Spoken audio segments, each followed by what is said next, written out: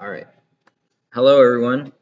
I'm Andrew Pham, and you're here, at least I hope, for the CAD training class. Um, so I'm going to talk a little bit about this course and what we do, along with kind of the club that kind of sponsors this program.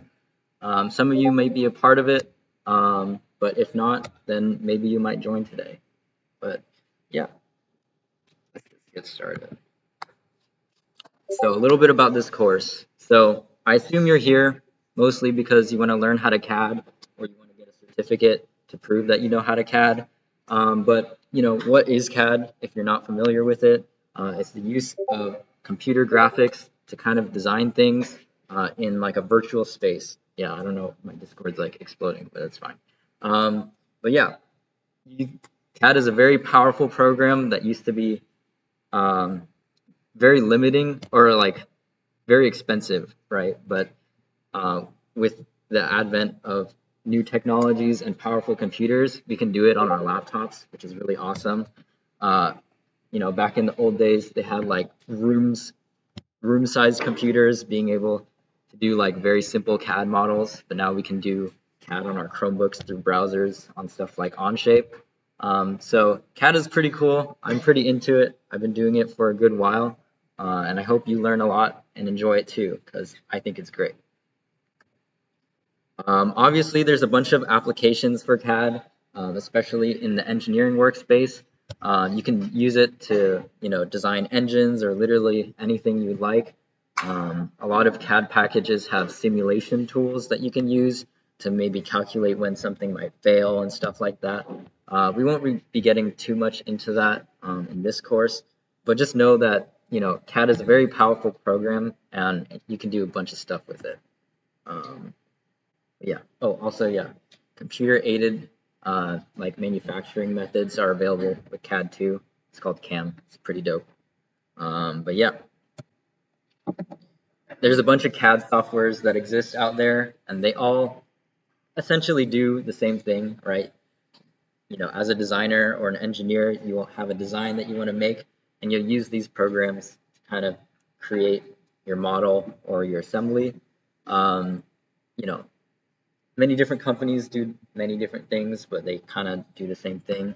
If you have like previous experience in another program like NX or something, you'll find that a lot of the skills can kind of transfer into Fusion, which is what we use. So Fusion is smack dab in the middle. It's an Autodesk program, but they make a bunch of other stuff like Inventor and stuff like that. SolidWorks and NX is another. Those two are also pretty popular in the engineering workspace. But yeah, there's a bunch of them, and some of them have their own purposes, but at the end of the day, they're CAD programs. We can make stuff on them. So we have an assignment. Whoa, I don't know where half of the slides went. Did I like skip a bunch? I did. Sorry. Okay, I don't know what happened there. Okay, this is me. I'm a junior in ME. I'm from San Jose, California. Fun fact about me is that I'm a barista, but I don't like coffee, so that's kind of fun. Usually we have TAs here, but they're not here, so that's okay. These are some of the things that I've designed over the years. So you can use all the skills that you learn in this class to make stuff like this. Obviously, I'm not expecting you to do this out of the gate, but with a little bit of time and patience, you can do stuff like this too. And for me, it's a lot of fun. But yeah, we're just going to jump right into it and download Fusion, and then I'm going to talk a little bit more about this class. Basically, I'm going to have you install Fusion first and then create an account later, just because the installation process takes a little while. So if you go into the Discord, which I hope you're in already, you can go under Resources, and then there's the Fusion 360 installer. So you click on it, and it'll take you to a Google Drive. If you have Mac or Windows, there should be an installer for each one of them. It may not be the most up-to-date installer, but hopefully getting this going will speed up the process later. So just download whichever one for your program or for your computer.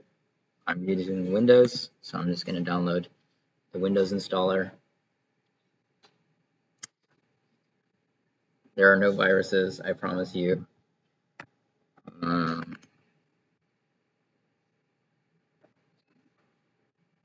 Install, please.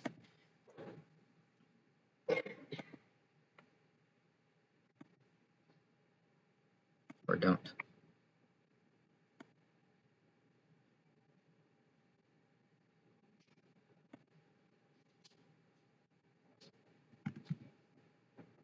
Yeah, is anyone having trouble finding this? No? Cool. Also, just curious, who had already installed Fusion before coming here? Okay, cool. Thank you. Um, it's okay if you haven't, because I just uninstalled it to run it through again.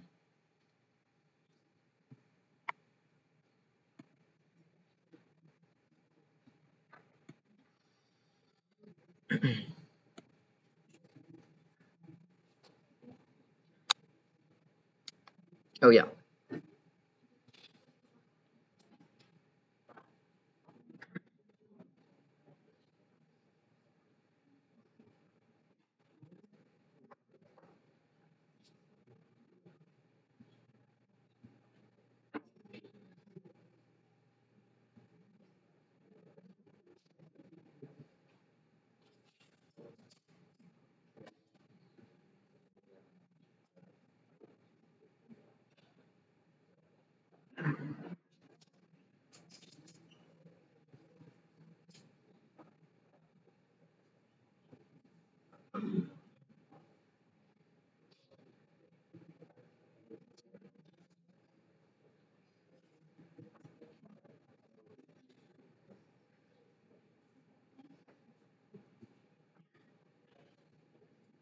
Okay. So while that's going, I hope everyone's installers are running for the most part. We had one technical difficulty, but that's okay. Okay, where are the slides? Okay, yeah.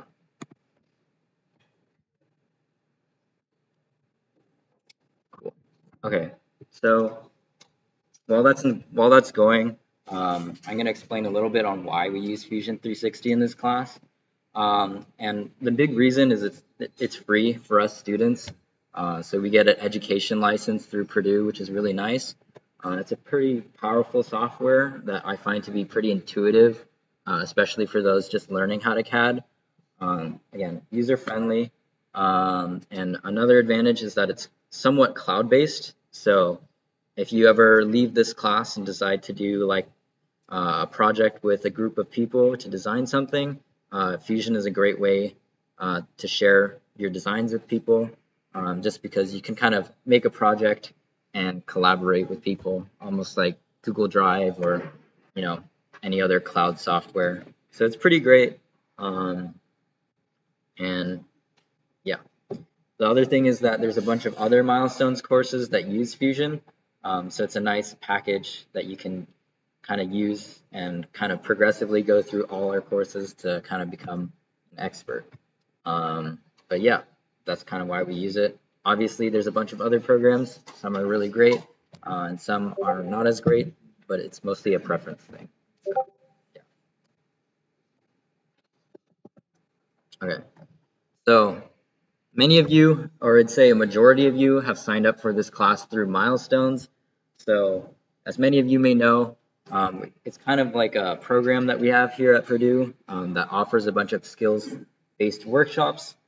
So obviously this CAD class here, but we have other like FEA courses or Arduino classes. We kind of like a big group of a bunch of classes that you can take for your enrichment. Obviously, this isn't really impacting your GPA at all, but if you pass the class, then you can get a certificate that is sponsored by Purdue, right? So it's not just through like me as a person, but it's through Purdue as the university. So it's an official thing. You can slap it on your resume and just kind of, flex on people that you know how to CAD. But yeah, sometimes the process on getting the certs takes a while. So don't worry too much if you don't get it immediately. Like some people from last year just like told me that they got it now. So it's kind of annoying, but it will come eventually, I promise. I will do my best to keep you updated as it goes along the process. But once this class finishes and I grade it and I send it off, it's kind of out of my hands and it just kind of takes a while. So don't worry if you don't get it, it will come. But yeah. Obviously, here's some course objectives. So at the end of the course, we're hoping that you understand the importance of CAD, maybe even by the end of today. And we mainly just want to give you the necessary tools to be able to create stuff on your own, right? So you'll see I'm going to be doing a lot of demos for you to follow through, but I'm hoping that you can kind of understand how the tools work so you can implement it in your own designs, right? So, you know, you can copy me, which is great, right? But ultimately, we want you to be able to do things on your own and like take something from your mind and make something cool. And you'll see some of the really cool final projects in a little bit. But yeah, we want you to be able to design it, but also rendering. So you'll make really nice, high quality images of your finals. And then we're also going to teach you a little bit of 3D printing, which I'm personally a really big fan of. I love 3D printing, but we'll talk about that later. Okay, so that was a little bit about milestones in the course, but as you can see, I'm wearing an ASME shirt, and it's because I'm part of ASME, which is the American Society of Mechanical Engineers, and we have kind of like a chapter here at Purdue. Some of you have signed up through it and are here today, but we offer a lot of great stuff. So obviously, we try to prepare our members for success in the industry. We do a lot of leadership opportunities and stuff like that, which is kind of why I'm here. You know, this is a great way to learn public speaking. I'm usually like scared of talking to people, but I've been doing this a while, so you know, I've gotten better, hopefully. But yeah, we have a lot of stuff.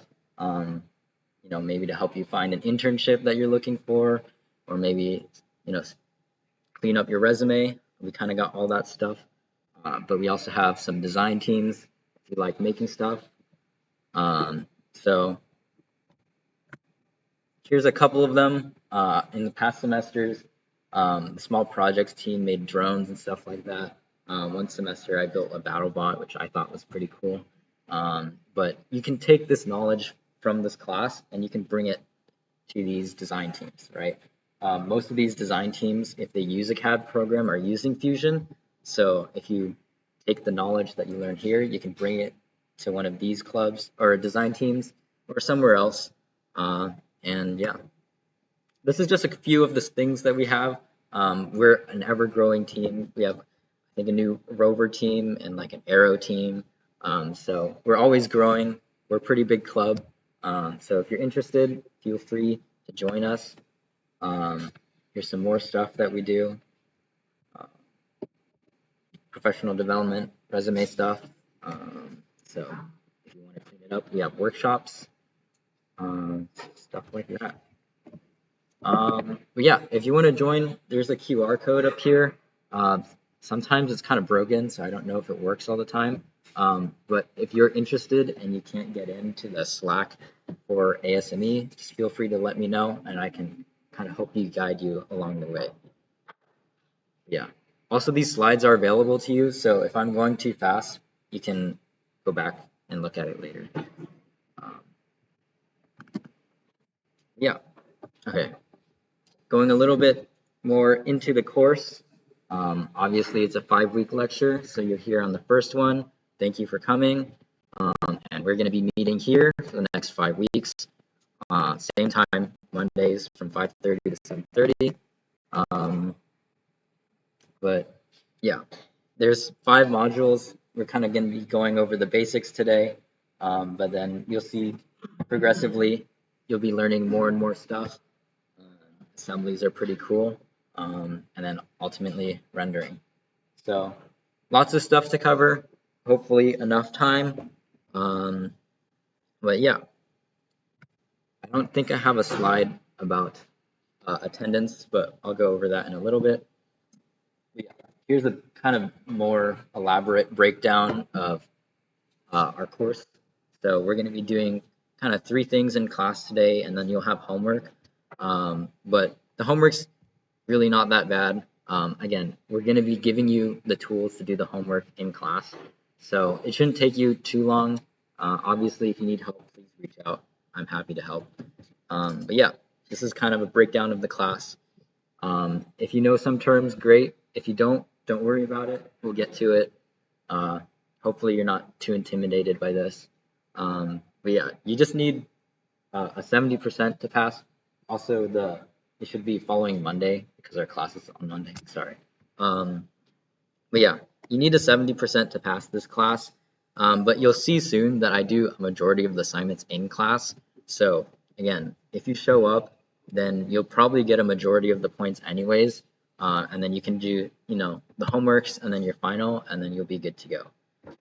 So I guess that's a good segue into the attendance policy, which you may have read. But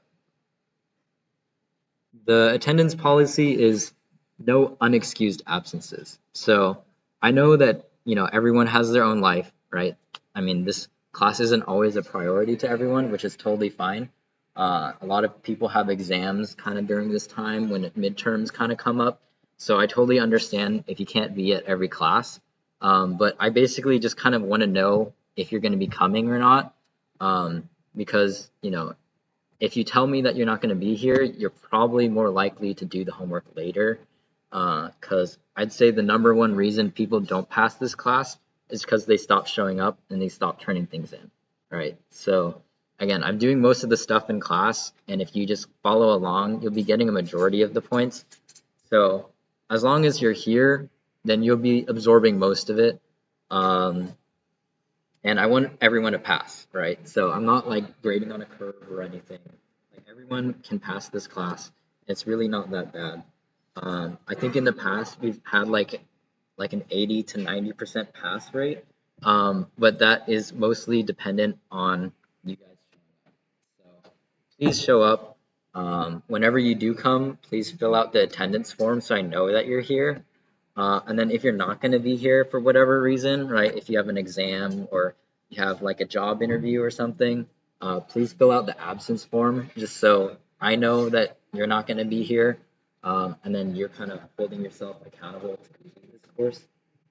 Again, this is a pretty popular course. As you can see, this room is full, and I do have a wait list. So if you are not going to be here, that's okay. But we can make space for other people who might want to take the class. So yeah, please fill out the attendance forms. Everyone will do great as long as they turn stuff in. So I'm not a harsh grader, so don't worry. But yeah, does anyone have any questions about kind of like how our course is set up? I know I'm kind of going fast, but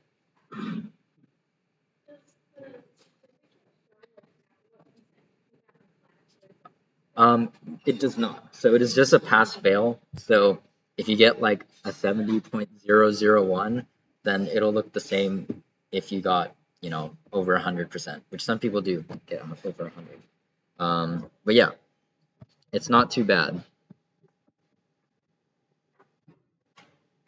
Anyone else have questions? The attendance forms? Okay, so if you're in the Discord, I will post weekly attendance forms, kind of like right before class. So if you go under course material, you can see like I have the slides and the rubrics. So if you're curious on like how I'm grading things, you can usually reference the rubric, and that's kind of how I'm gonna be grading stuff. You'll submit your weekly assignments here. Please don't turn them in one at a time. Like just submit everything all at once. That makes my life easier because again, there's like almost 80 of you and there's one of me. So I'm grading everything manually. So if we could limit the number of duplicate submissions, that would be nice. But yeah, below those are the attendance forms and the absence forms. So since everyone's here, you should probably fill out the attendance form. But again, if you're not going to be here, just fill out the absence form. It's no big deal. People have exams and stuff, so I understand. But yeah. Any other questions?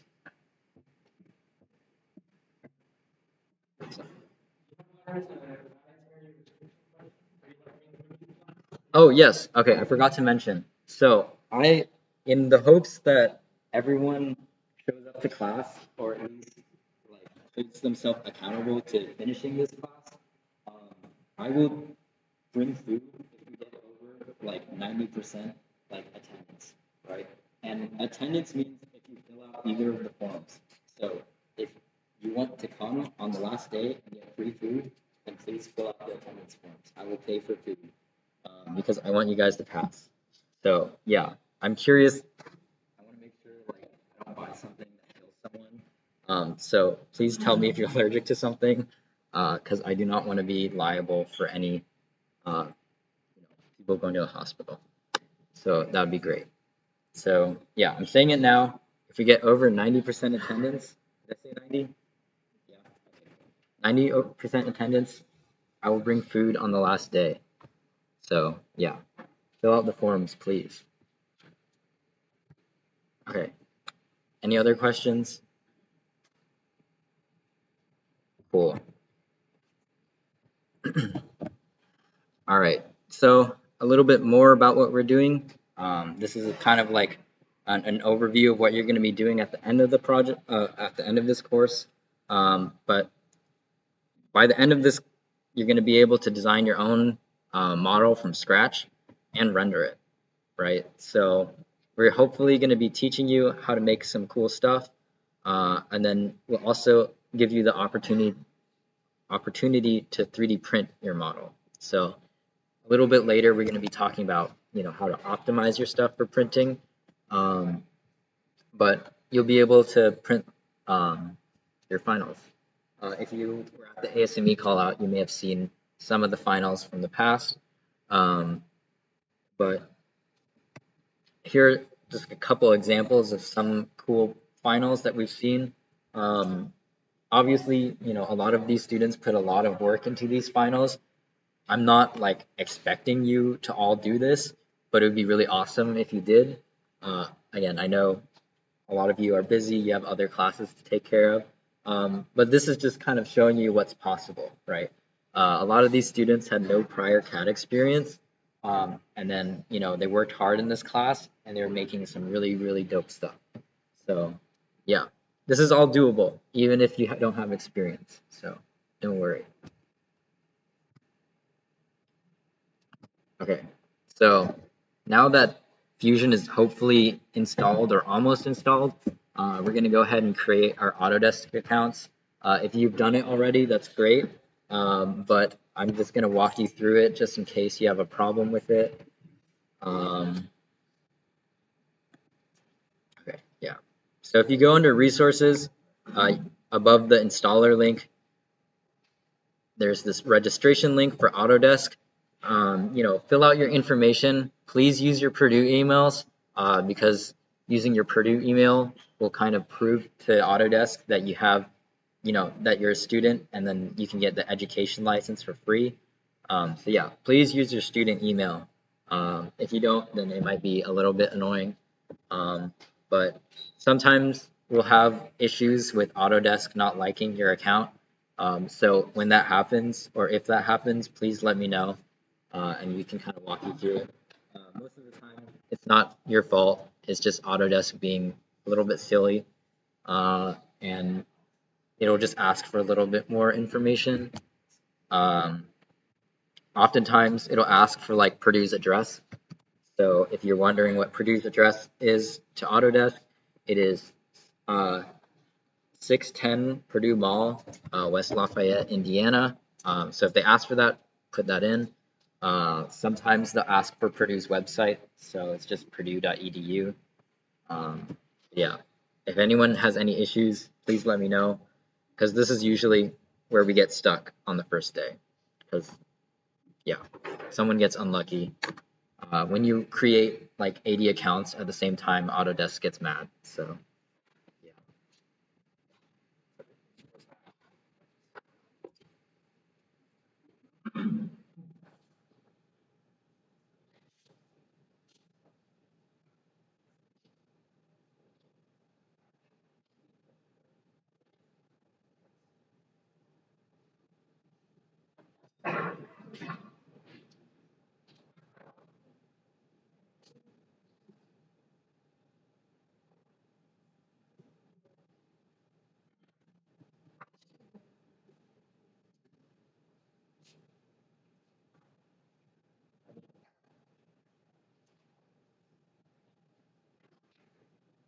I'm just gonna walk around for a little bit because sometimes weird things happen. So if you have a problem, please raise your hand.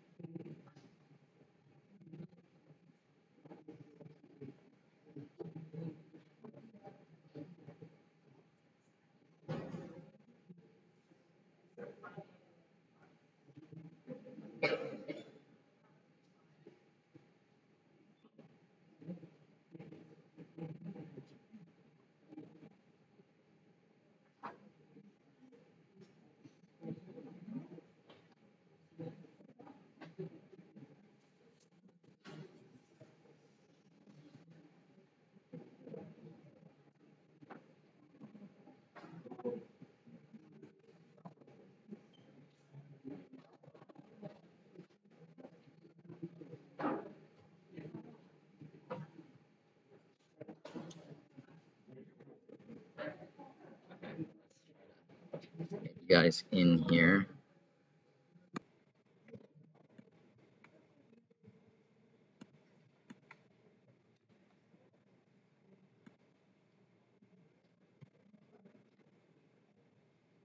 Okay, so sorry for the little wait that we had there. There's some technical difficulties, but it's okay. Some people are still installing Fusion and stuff, and that's okay.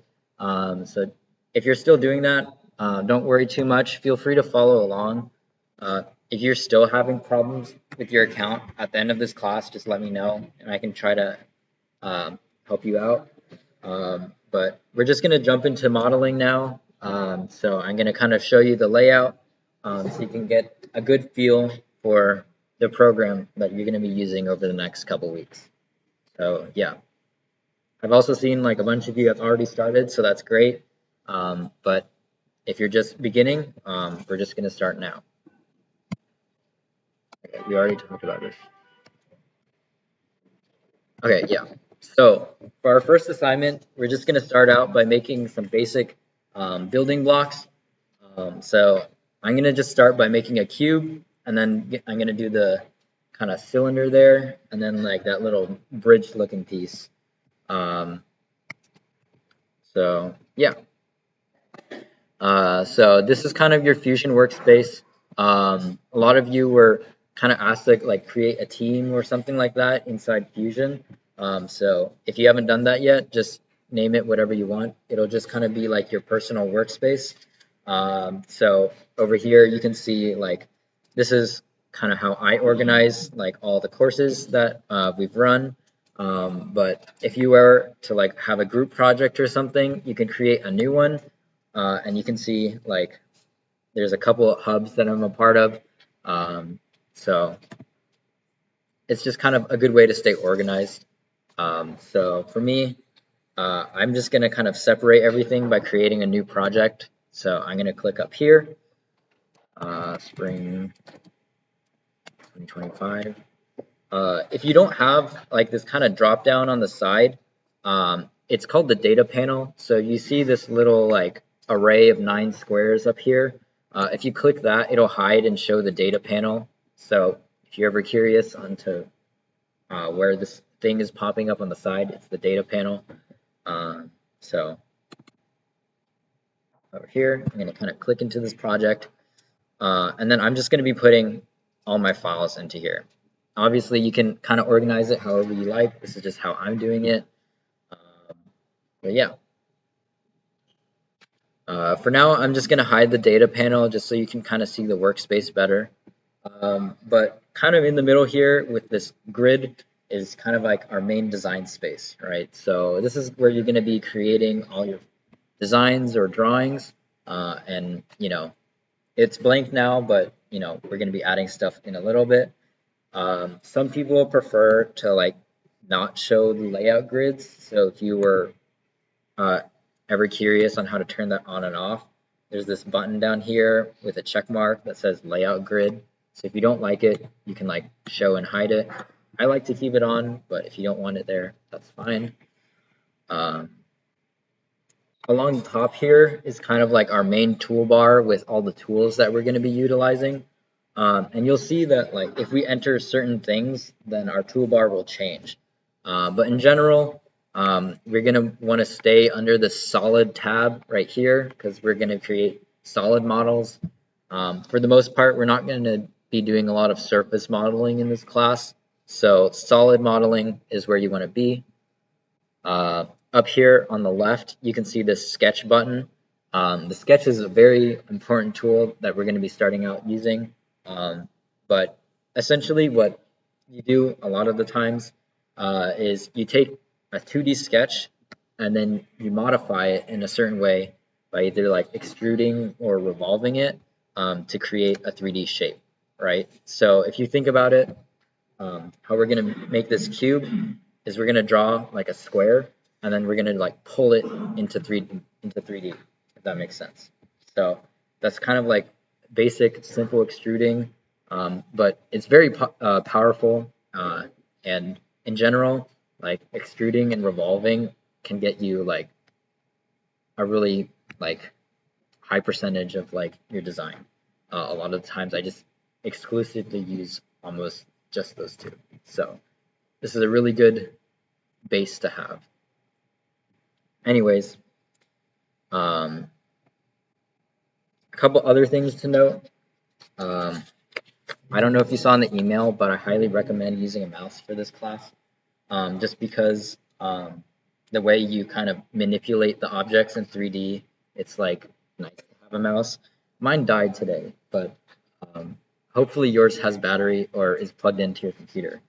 But if you don't have a mouse, a good way to kind of move around is by using this view cube on the top right.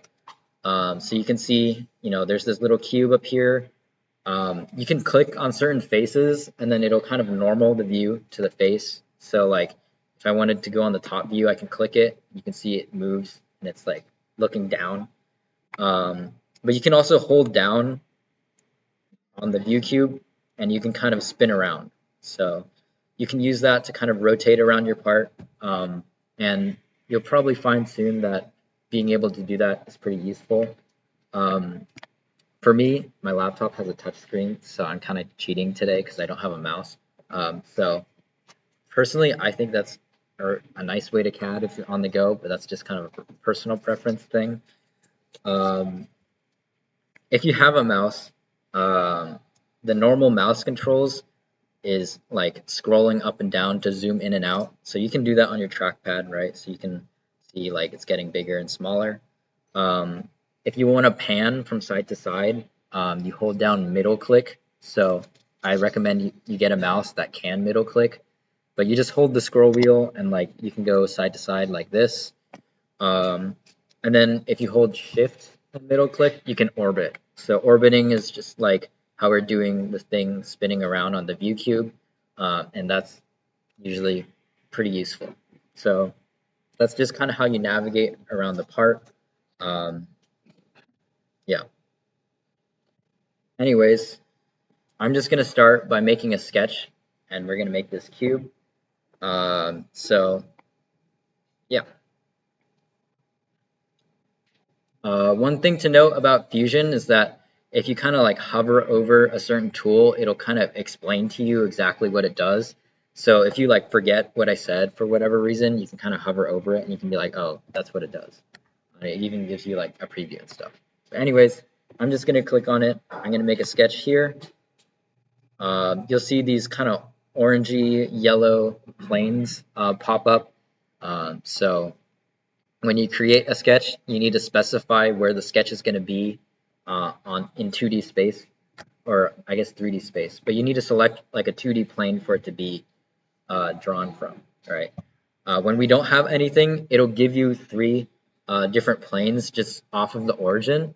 But you can also use like things that you've already created, right? So you're going to see in a little bit when we do the hammer, you can like create a sketch on top of a feature you've already made. So I'll get into that later, but I'm just going to start by making a simple sketch.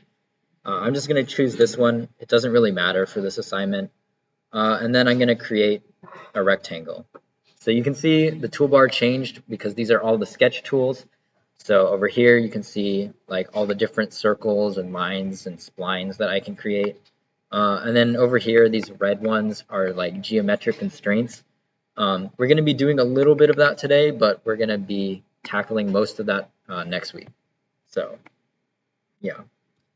So to start, I'm just going to create a rectangle. Personally, I think it's best practice to kind of start your sketch off of the origin. So you can kind of see this dot in the middle is the origin, and it's kind of like the only defined point in space when you CAD something. So if you want to design something, I recommend starting on the origin. For something like this, it doesn't matter too much because it's not really like a precise engineering part. So you're going to see like I'm going to be drawing stuff in like random space, but in general, draw from the origin. So I'm just going to start with the origin for the cube, but the other things which I'll just be like floating somewhere else. So you can see when I created that rectangle, I clicked and dragged. Pretty self-explanatory. But you can see that these lines are a little bit different, right? So this bottom line and this line on the left is black, and then this top line and the one on the right is blue. So black lines signify that the feature you've created is defined, and blue signifies that it's undefined, right? So because I drew like the beginning of the rectangle off of the origin, you can see that the two lines going off of it are black, right? And it's because like it's connected to the origin, so the program knows where it is in space, right? But because I haven't defined anything yet, I can drag this rectangle around and these lines can move freely in space. So to prevent that from happening, we need to add something called the constraints. So mainly we're going to be using like the dimensional constraint. So this tool up here called the sketch dimension tool is what we're going to be using today. And it can kind of specify like the length of stuff. So like, or you can like specify the length of this line or like the diameter of a circle or like the angle between two things. But for this, I'm just doing simple lengths. So I want it to be a square. So I'm making the length from there to there 70, and then I'm going to copy it and do 70 on there. And you can see now that these two lines are now black, right? If I like exit the dimension tool by pressing escape and I try to like drag like the vertex of the square, it's not moving, right? So in most of the time, that's a good thing. So you want to have your sketches to be fully defined. It's just good practice. You'll see in some scenarios, I'm just going to kind of leave it open-ended in this class. But yeah, for the most part, please define your sketches. Everyone good? Cool. Okay, so now that I'm satisfied with this, it's a nice square. They're both 70 millimeters long. I'm just going to press finish because I'm happy with it. So pressing finish. And now if I rotate, you can see it's just a simple square, right? To make it three-dimensional, we're going to take that square and pull it into 3 dimensions by extruding it. So next to the sketch tool is the extrude button. If I click it, this automatically selects it because it's the only feature. But if it didn't for whatever reason, you just kind of click on the specified region and then you extrude it, right? There's a bunch of different options. The start is basically where the extrusion is starting from. You know, a lot of these terms are kind of self-explanatory. The direction, when it's set to one side, it means it's only going in one direction, but you can have it like extrude symmetrically or extrude both ways. But yeah, typically like profile plane in one side or symmetric is like pretty standard. But we might like explore different like reasons you might use something. But yeah, I'm gonna leave it at profile plane and one side for now. The extent type, because I'm just specifying it, is distance. So underneath, I'm gonna set the distance to 70, and then you can see kind of like a preview is kind of like this cube here. Obviously, if I was to make it longer, like it would get longer, but I want it to be a cube, so I'm gonna leave it at 70. And then taper angle is 0, just because it's just gonna be straight. And then it's a new body, just because it's the only thing that exists. So I'm gonna press OK, and wow, we have a cube. So cool. Everyone good? Awesome. Okay. So now that we have this cube, we're gonna go on and make our cylinder. I'm just gonna show you. You can see these three like original planes, but like if I wanted to, I can make a cylinder based off of this face if I really wanted to. So I'm just gonna do that just to show you. I'm gonna draw it away from the origin. Again, bad practice, but I'm just making multiple parts in this drawing just as a demo. So I'm just gonna draw it in space over here, and then I'm gonna start specifying dimensions. So I don't know, let's make this 100. And you can see, even though like this circle can't get bigger or smaller, it's still blue because I can move it in space, right? So to fix that, I'm going to add some more constraints. So I'm going to be like, oh, this is 100 away from the origin in that direction, and then like 50 in that direction. And then you can see now it's black, it's fully defined. We're happy. Yeah. Okay. Again, we're finishing the sketch just like the cube, and then we're going to extrude it. So you can see here it's asking you to specify the profile. Just because there's multiple places now, I'm going to select this circle, and in this case, why not? I'm going to do symmetric extrusions, and then I'm going to specify this distance as 70. Right. So you can see here, like I drew the sketch on a plane like parallel to this face, so the sketch is in the middle, but I wanted it to be extruded symmetrically, right? So it's 70 on both sides. Obviously, you don't have to do it exactly how I'm doing it, but I'm just showing you how the different tools work. But yeah, all looks good. Made our cylinder.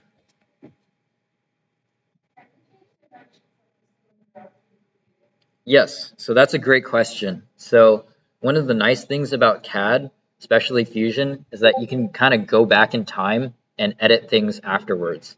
So on the bottom here is something called the timeline. The timeline will become more important as your parts get more and more complex. But you can kind of see, like the timeline tells a story of how you designed your part, right? So the first one is a sketch for this cube, and then like you extrude it here, and then another sketch and another extrusion. You can go back and edit any of these at any point. So for example, let's say I wanted the cylinder to be a little bit more skinny. I can find the sketch in the timeline. I can right click it and then edit the sketch, and then I could change it to, let's say, 80. And then when I finish it, you can see the cylinder is more skinny now, and everything else is the same. So good question. Yeah, any other questions before I move on? Okay. How do I delete something? Okay, yeah, so if you wanted to like delete and extrude because you made a mistake or something, you can go into the timeline that we just talked about earlier, and you can click on it and delete it. So for example, like if I don't like this extrusion, I can click it and then just delete it, and it goes away. I'm gonna bring it back.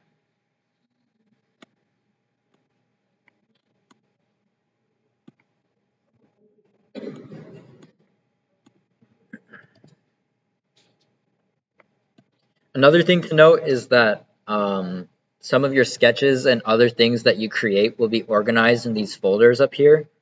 So like the bodies are just kind of like separate, you know, models, or just like, I mean, bodies. That's why it's called a body that is in your model. So in this case, I have two of them.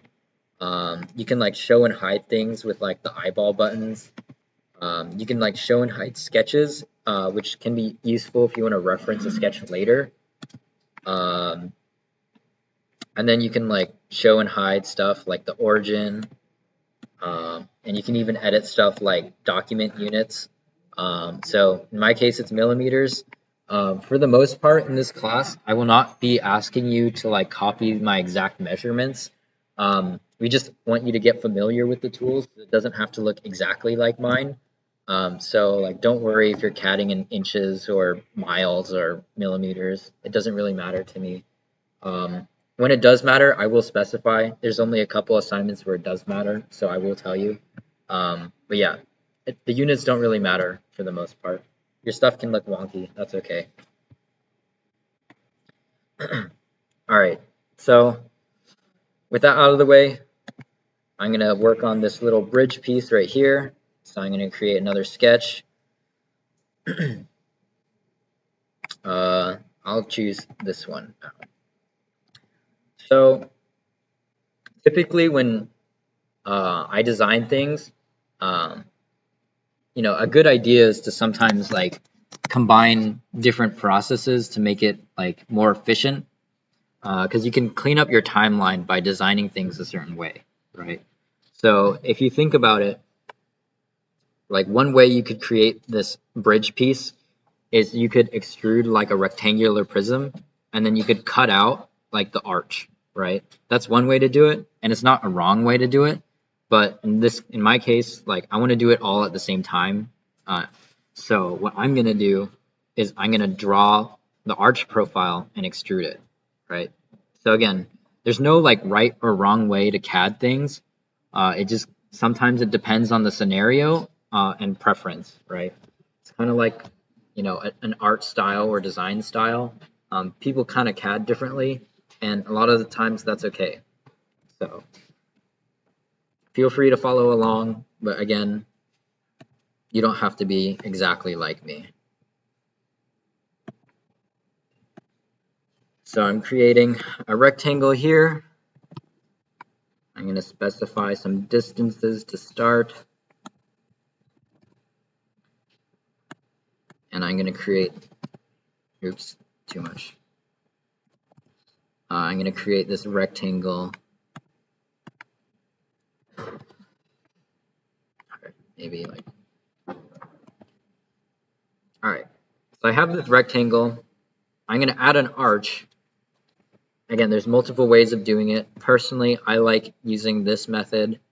I'm going to make a circle, and you can kind of see that Fusion likes to snap towards certain like parts of lines and circles. So in this case, it's snapping to the center of this line or the middle of the line. So I'm going to click and I'm going to make a circle.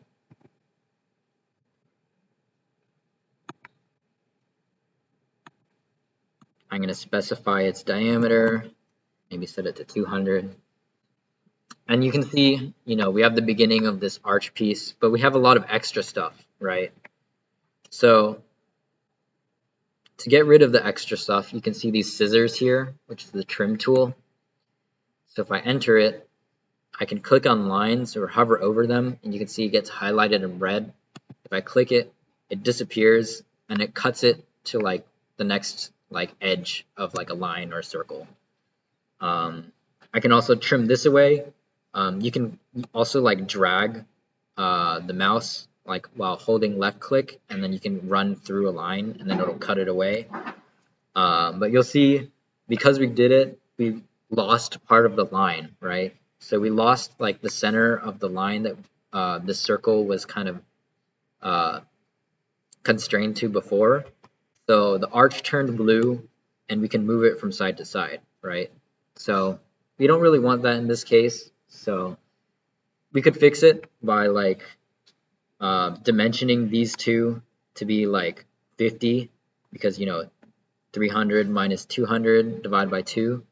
But we can also be lazy and we can have Fusion do it for us, right?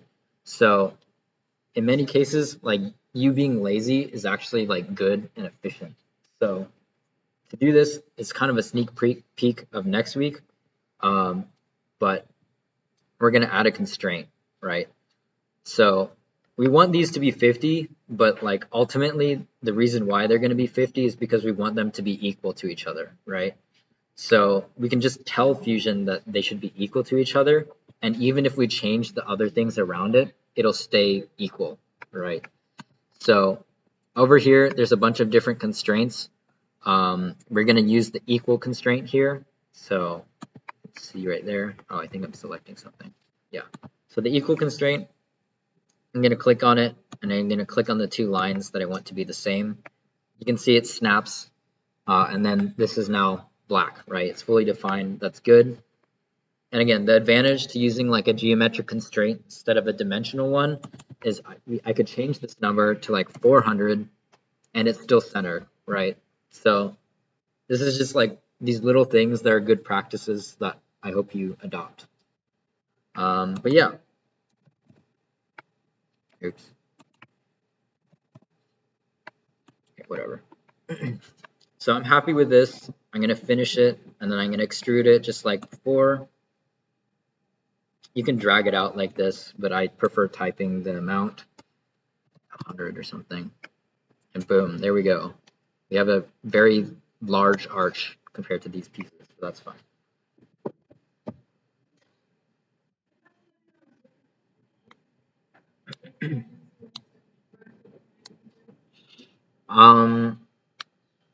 Usually I would just like delete it and then just redraw it. Sometimes you can like change the plane, but it doesn't always change correctly. So usually I just restart, draw another plane.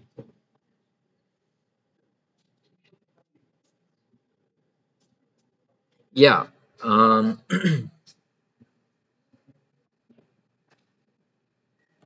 So you're going to be using the trim tool.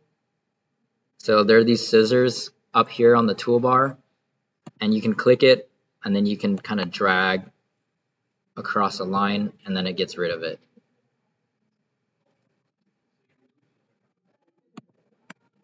What's that? The other half of what? I already deleted it, so. Okay, yeah. I think I saw a question over there, but I don't know if I answered it. No? Okay, cool. All right. So that's kind of the extent of the first assignment. There's one thing I want you to add, and we're going to be adding colors because colors are fun. You can see these blocks are colorful. So to add that, we're going to add something called an appearance. So you can add it in many ways. A lot of the times you can like right click like a body and you can see this appearance tab will open. I just like pressing A because it's just faster. But then we can apply and make things, apply colors to it and make it nice. When you're applying appearances, please don't use like gray or black because like I'm gonna assume that you just didn't apply an appearance because like the standard color is gray. So please make it colorful. It just makes it easier when I'm grading. So I don't want you to lose points. So yeah, make it colorful.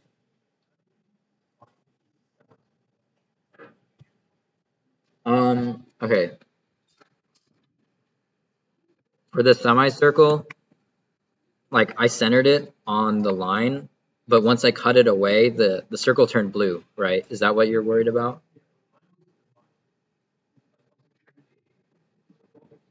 Hmm.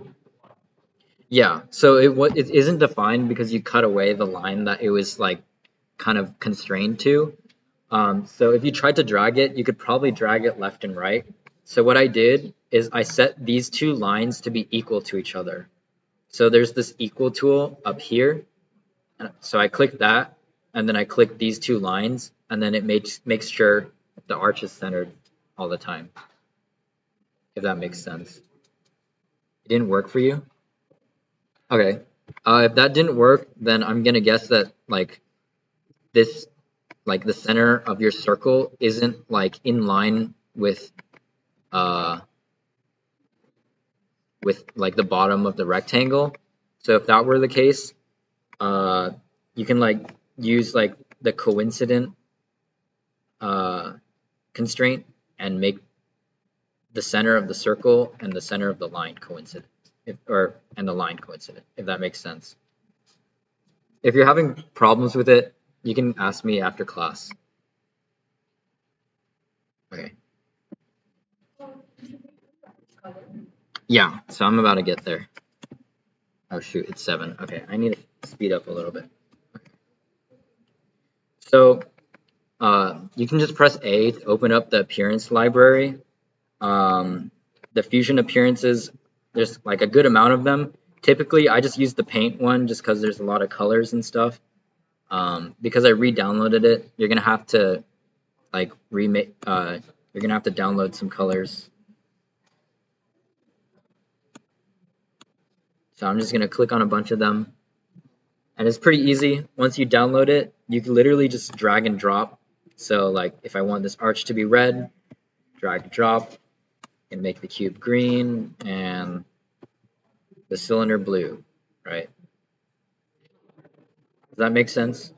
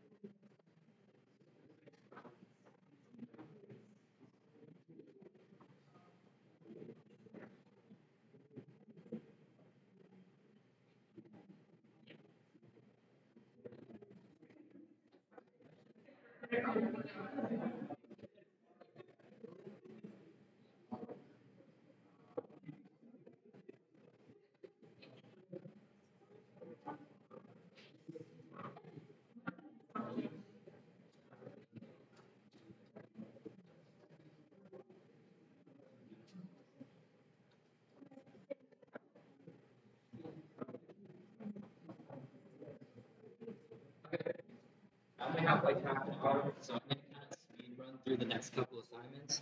But again, don't worry if you don't get it right away because like all the sessions are recorded and I'm gonna post them all to YouTube. So don't worry if you don't get it. I know I'm gonna go fast. The first day I kind of have to speed run through these assignments because sometimes like that counts, have problems. But yeah, is everyone good on the first assignment? Okay, cool. So I'm just gonna save it, Control S or Command S. Uh, you can save it wherever you like. And then I'm gonna create a new design. So up here, there's this plus button, just like making a new tab. I'm gonna create one, and then I'm gonna start on the next assignment. So next, we're gonna make this Purdue hammer. So just like before, I'm gonna create a sketch, select a plane. I'm gonna create a circle. Again, making sure that it's centered on the origin. I'm gonna dimension it, and then I'm gonna extrude it. The homework I completed. Yeah, so submit them like when you finish all of them, submit one. Okay. Yeah. Okay. All right, yeah. So circle on the origin, constrained. The dimension, it's black. That's good. I'm gonna click the check mark and extrude it. Again, I'm going fast, so don't worry too much.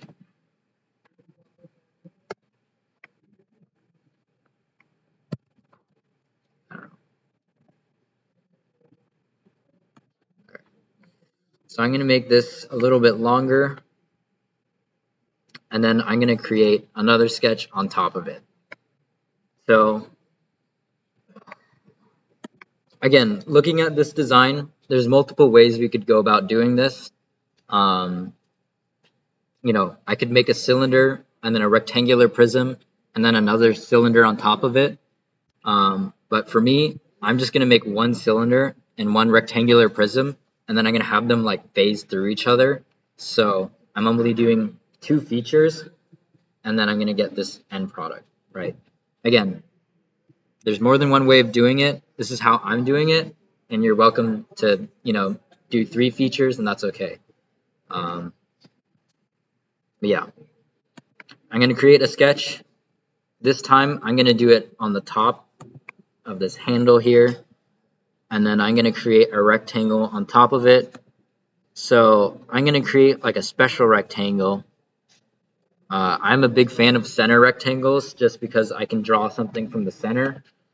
So I'm gonna make the center rectangle referencing the origin.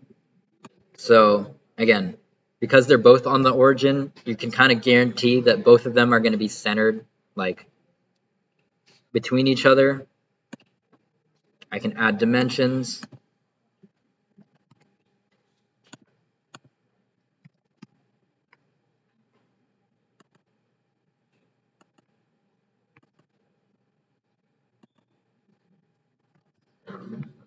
All right. Okay, so you can see if I rotate it, you have a general idea. We're making a hammer. We have this hammer head right here. But you can see that like on this, we have this nub on top, right? The cylinder extends. So what we can do is when we make the extrusion, we can offset it from the sketch that we created, right? So when I create this extrude, it's going to ask me to specify the profiles. So I want like this whole rectangle here. But when it says start, I don't want it to start exactly where I drew it, right? I want it to be a little bit offset. So if I change it to offset under the start tab, oops.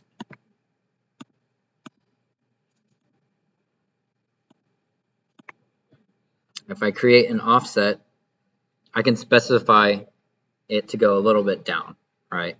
So you can see this arrow is going upwards. So that kind of means that the extrusion usually starts from the plane and goes upwards. So I want it to start and go downwards, like start below it. So it's going to be negative in this scenario. If I made it positive, you can kind of see how the arrow moved up. And if I was to create an extrusion, you can see how, like, zoom please. You can see how there's like a tiny gap in between the cylinder and the head of the hammer. So I don't like that. You can kind of do trial and error. So I'm going to change the offset to be negative. You can see that it kind of goes inside of it. For the distance, I'm going to make this distance negative also to make it go the other direction. And you can kind of get an idea of where I'm going here, right? Maybe we make this a little bit more. But you can see it's red, right? And oftentimes Fusion will try to assume like what you're trying to do just to make your life easier. Sometimes it guesses wrong.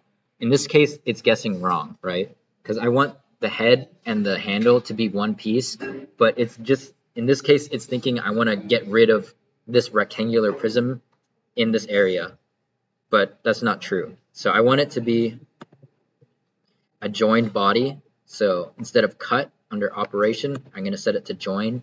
You're going to see it turns gray. It looks like a hammer. And now we're all happy. If I press OK, you can see we have our hammer. And if you look at our timeline, it's nice and clean with two separate features. So yeah. Everyone good with this? Sweet. The last thing to do on this hammer is to kind of round these corners here. So we don't want to cut ourselves on this make-believe hammer that we created. So let's smoothen out the edges. So to do that, there's a tool called the fillet tool, and it'll basically create like a round radius around any edge you select. So to use it, you can click on faces or you can click on edges. I'm just going to click on faces because I find it to be easier because it selects all the edges at the same time. But depending on your scenario, you might want to specify specific edges, right? So I've selected all the faces going around the hammer, and then I can need to specify the radius.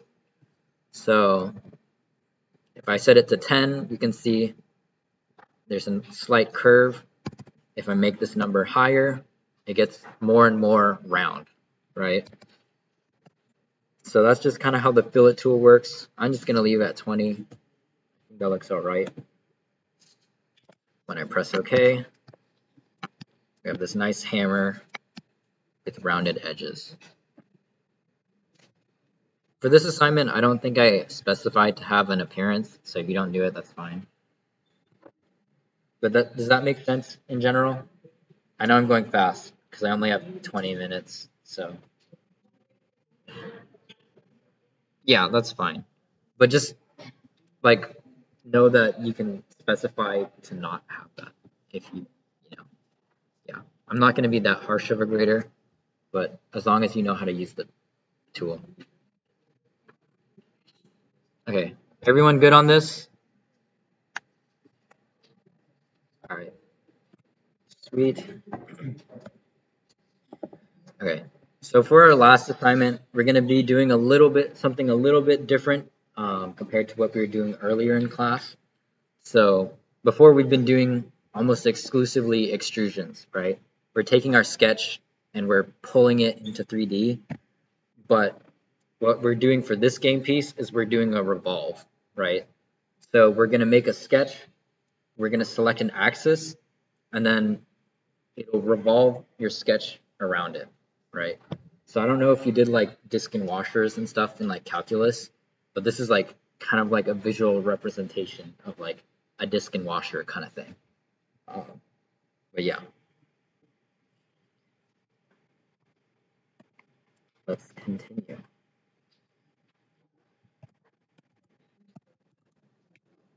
So I'm going to save this, new design again, and then I'm going to create a sketch just like before. In this case, when I do a revolve, at least in this scenario, I would typically select something like a front or a right plane. It's just kind of a preference thing. But then we're going to start to create the profile of this game piece, right? So you see from the sketch that I'm only drawing like a small portion of it because this profile is the same all around the whole part, right? So we can revolve it 360 degrees and we'll get this nice solid game piece. So I'm going to start making that. So I'm going to create this line here and there. Going to add another one vertically there. And then I'm going to add a couple more. I want the top to be round like this, so I'm going to draw a circle up here. And then I want this line to go down past the circle there. And then to join these two, I'm going to add an arc. So you don't see it here, but if you go under create, you can see there's a bunch of other tools. In this scenario, I want an arc. I'll just do a 3-point arc. So I'll select this end and that end, and then you can see I can create an arc that connects the two. And you can see you kind of have an idea of what's going on. It looks really ugly, but for me, I like to throw out a bunch of shapes and then I like to clean it up with like constraints and stuff like that. So I'm going to add some dimensions. 80 seems good. I'm going to make this a little bit smaller, maybe like 35. And then why not make this, 20 seems good. And then I'm going to clean things up. So for this, I want this to kind of be a smooth transition. So again, this is a small sneak peek into next week, but I'm going to highlight these two lines, or the arc and the line, just like I did for the bridge piece. And then I'm going to set it to be tangent, right? And when I click that, it makes a nice smooth transition, which I like. Oops, I did not mean to do that.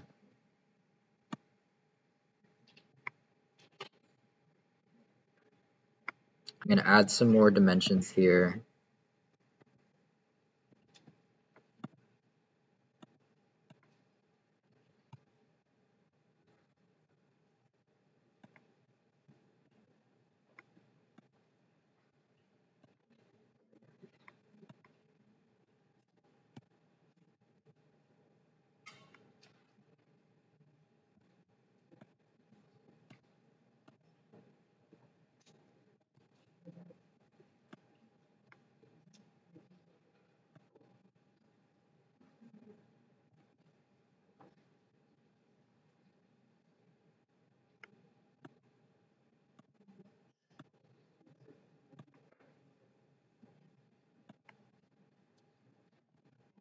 Okay. So it's starting to look a little bit more like a game piece.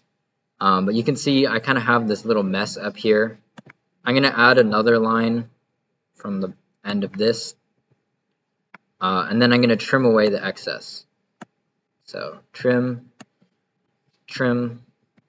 and there we go. We have this profile of the game piece. One thing I didn't really mention earlier, I think it's kind of hard to see on the projector, but you can see how the area inside this game piece that I've made is all highlighted blue, right? So when the area inside a shape is highlighted blue, it means it's like a closed body, right? So that means there's no like small gaps in between somewhere. Like for example, if I deleted this line, you can see that like the area inside turns white, right? So that's generally not a good thing because you want the area to be closed so you can, extrude or revolve it. So if you're having trouble with an extrude or revolve, you might want to check to make sure the body is closed. So here, I'm going to close it with that line there. Now it's blue. So I'm satisfied with this. I'm going to finish the sketch. And then instead of extruding it like I've been doing before, I'm going to click the one next to it, which is revolving. In this case, it'll automatically select the area because there's only one of them. So this profile has been selected, but then we need to specify the axis, right? So depending on which axis you select, you're going to get something very different, right? So if I was to select this one, for example, this doesn't really look like the game piece that we're looking for. But if I select this one, then we get a piece. There's our simple game piece. I think the only thing left to do is add some text to this and then apply an appearance. So I'm going to create another sketch. I'm going to select the bottom of the game piece and then I'm going to add some text. So if you ever wanted to like write text on something, like if you were maybe making some kind of measurement device and you wanted to mark different things with text or something, this is something that's a good tool to have. While in your sketch, you go under Create and Text, and then you can select like kind of a box at which to put your text in. You can also have the text like wrap around like a line or something. I'm just not gonna do that for now, but it's possible. So here I'm just gonna write some text. Again, if you wanted it to follow a path, you can do text along path, and you could click on like a line or something that you made. Font size, height, font type. You can mirror it or center it and stuff like that. But yeah, I'm happy with that. Create some text. And then I'm going to extrude the text into the game piece. So I think it's assuming I want to extrude the whole thing. So I'm going to click no. And I'm only going to highlight the text. And then you can see the arrow is pointing downwards. So if I was to go downwards, it will make the text extrude outwards, but I want it to be inside. So if I go the other direction, it'll turn red and the operation will be set to cut. If it didn't do that, you can specify it down here, but then you can specify the distance, I don't know, maybe like -2. And then when you press OK, we have this nice inset text.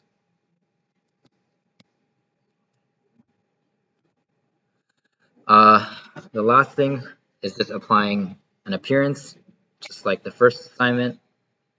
Press A, gonna drag and drop a color, and we're done.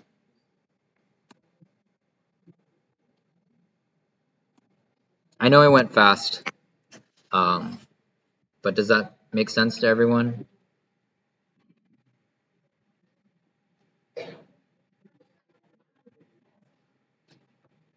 Inside your sketch, if you go under the Create tab, it should be farther on the bottom.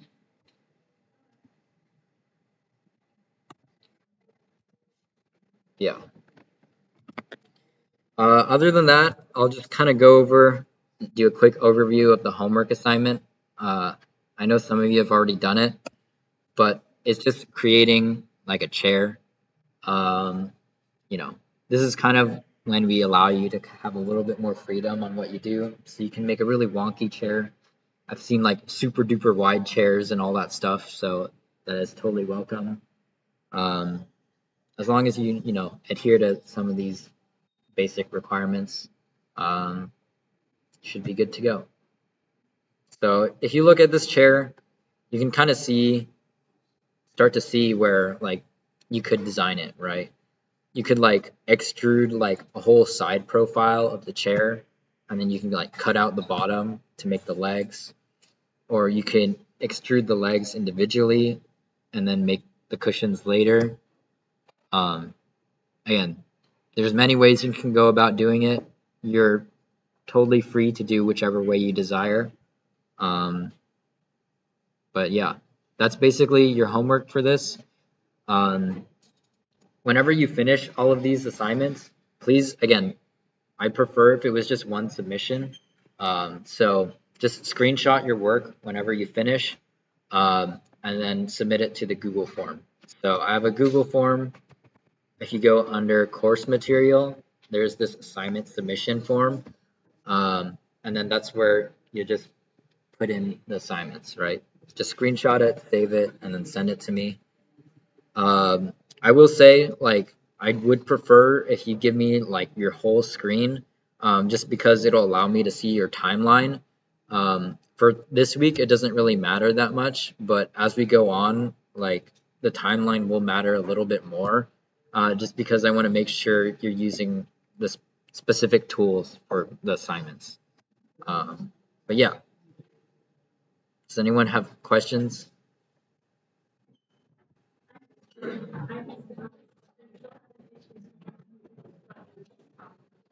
Okay, I'll help you in a second. Um, yeah, what's up? What's up?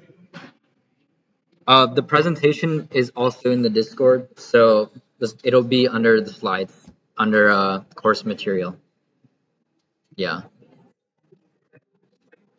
But yeah, I guess I ended a little bit early, so thank you for your patience today. I will see you next week. Feel free to ask questions if you have any.